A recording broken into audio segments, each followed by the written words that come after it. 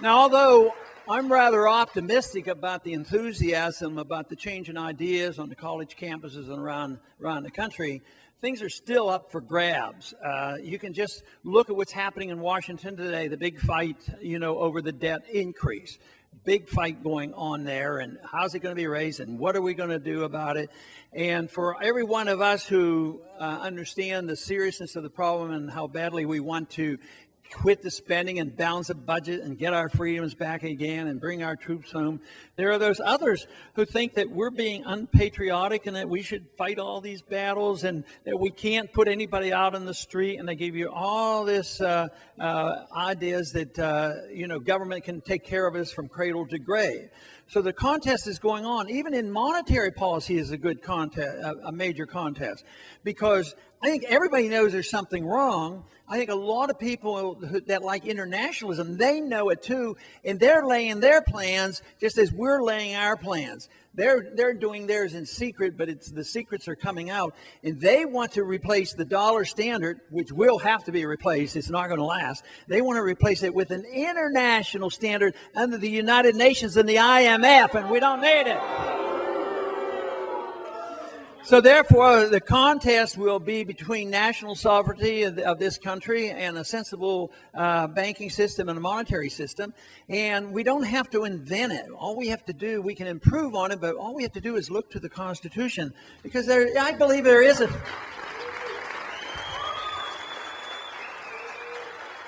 I do believe there's a phrase in there, something about only gold and silver being legal tender, and... And it also says you can't emit bills of credit. That is, you can't print paper money. But this is to me, the most astounding thing, that there's grown-up people that went through college and they have big degrees and they have these high-ranking positions in government. They actually believe that stuff, that you just print money and you get wealthier. I mean, most kids can figure it out when they play Monopoly. It's not real money, But if we don't wake up and change things, and America just succumbs and is no longer a great country or a bastion of liberty, I think the history of this country will be written, and they'll say, what were those people thinking about? How in thunder did grown-up people say that, well, you can spend as much as you want, borrow to the hilt, print the money, regulate and try to correct the problems. And if you need more money, just print it. And then they wonder why it collapsed. They will say, we didn't even take any hints. They would look at the history of what happened to the Soviet system. They were going to take over the world. The Soviet system collapsed because they had this weird foreign policy of reaching out and occupying territories and thinking that they could conquer Afghanistan.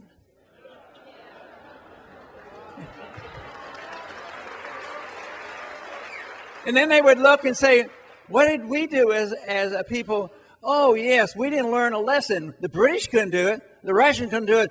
But the Americans can do it. We know how to occupy Afghanistan. We know how to do it.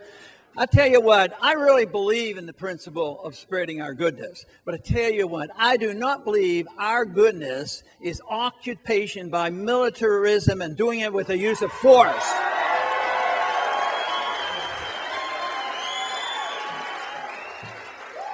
Of course, if we understand that the goodness of America is defending liberty, something we started off with, and it creates great prosperity, which we did have, and then we essentially lost it. Now we're still living on borrowed money. So if you look at the principles of liberty, the importance of liberty and where our liberties come from in a natural, God-given way, that property rights are important, that contracts are right are important, sound money is important, that friendship with other nations and trade is good for all of us, these are good things. Why can't we set an example for the world and say, why and how do the Americans do it? And then they might want to come and study and emulate us. De Tocqueville came and thought we were a great nation in the 19th century because he looked and he saw us as a spiritual nation, and we defended liberty, and we weren't on a welfare state, and all of these things. But now today we have drifted so far from that. But we know what the answers are. We know how we got here, and what it takes is going to be determination. And that is why I'm delighted to see you here tonight, because you either have been or you are getting involved, and elections are important. Some people find politics distasteful. Some days I find it distasteful too. But there are some very good people who say, I don't like to deal in politics. I'd rather just spend time. But I'm interested. They spend their time in education. That's fine and dandy. But ultimately, if the philosophy is correct, you have to have some political action. The founders of the country were very astute and very well educated and knew enough to write a very, very good, if not the greatest document between the people and the government. So they did this. That was called political action that they took. And so we actually have more opportunity now.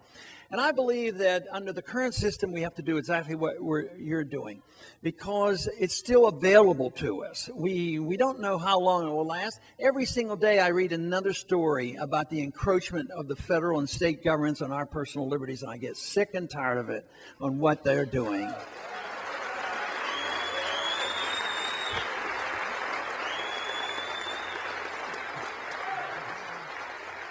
And if you disagree with me on that, why don't you take a flight on an airplane? You might find out what it's like.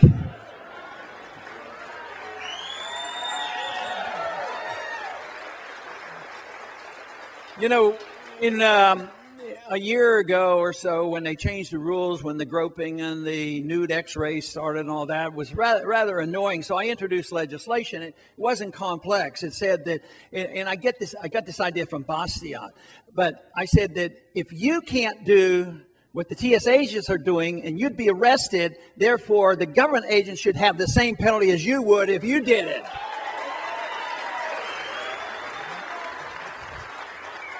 And just this week, the Texas House and other states are doing it. I hope you've thought about it here, is to pass laws that are state laws, insisting the state laws under those circumstances can supersede the federal laws.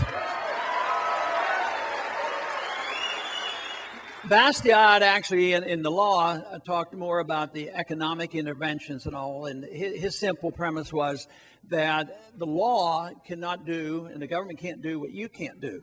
So if you can't steal from your neighbor, why in the world do you think you should send a member of Congress to steal from the neighbor and bring the goods to you? It's not complex.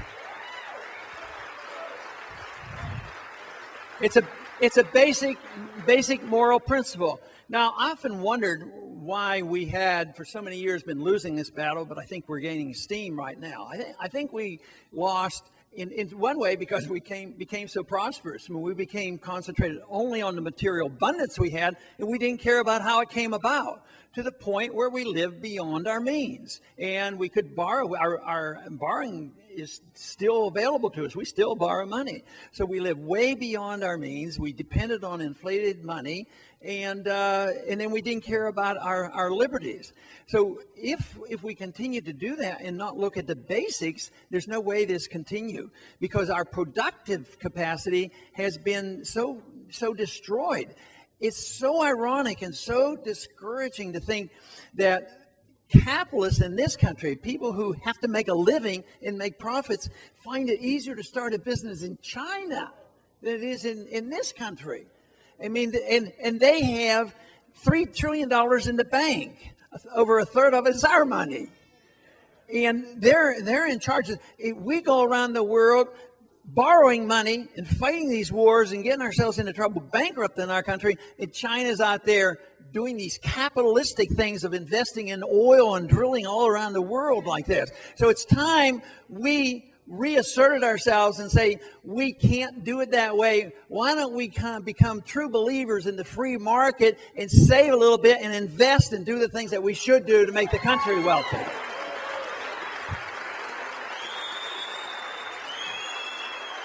The philosophy of liberty is, from my personal viewpoint, such a wonderful philosophy.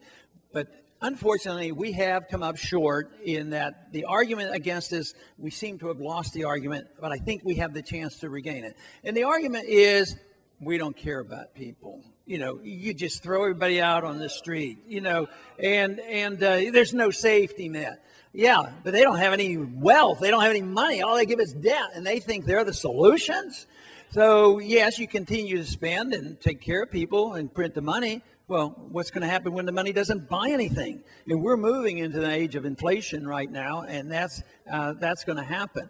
But if we're looking for a system that is moral and humanitarian, there's only one system, and that is freedom. It cannot be socialism.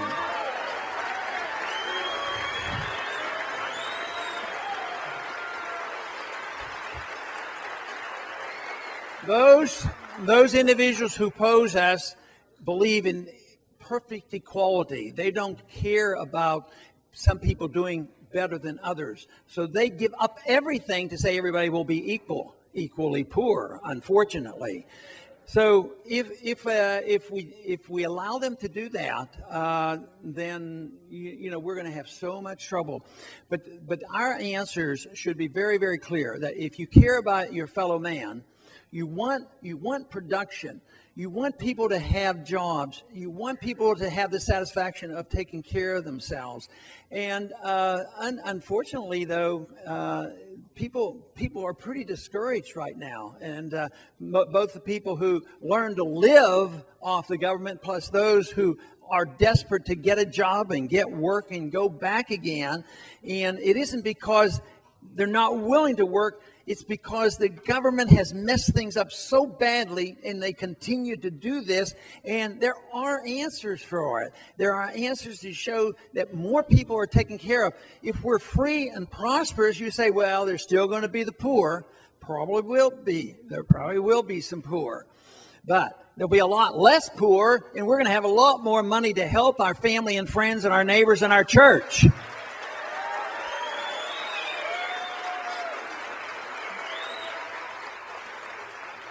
So in many ways, what we need is a better understanding and more confidence in ourselves.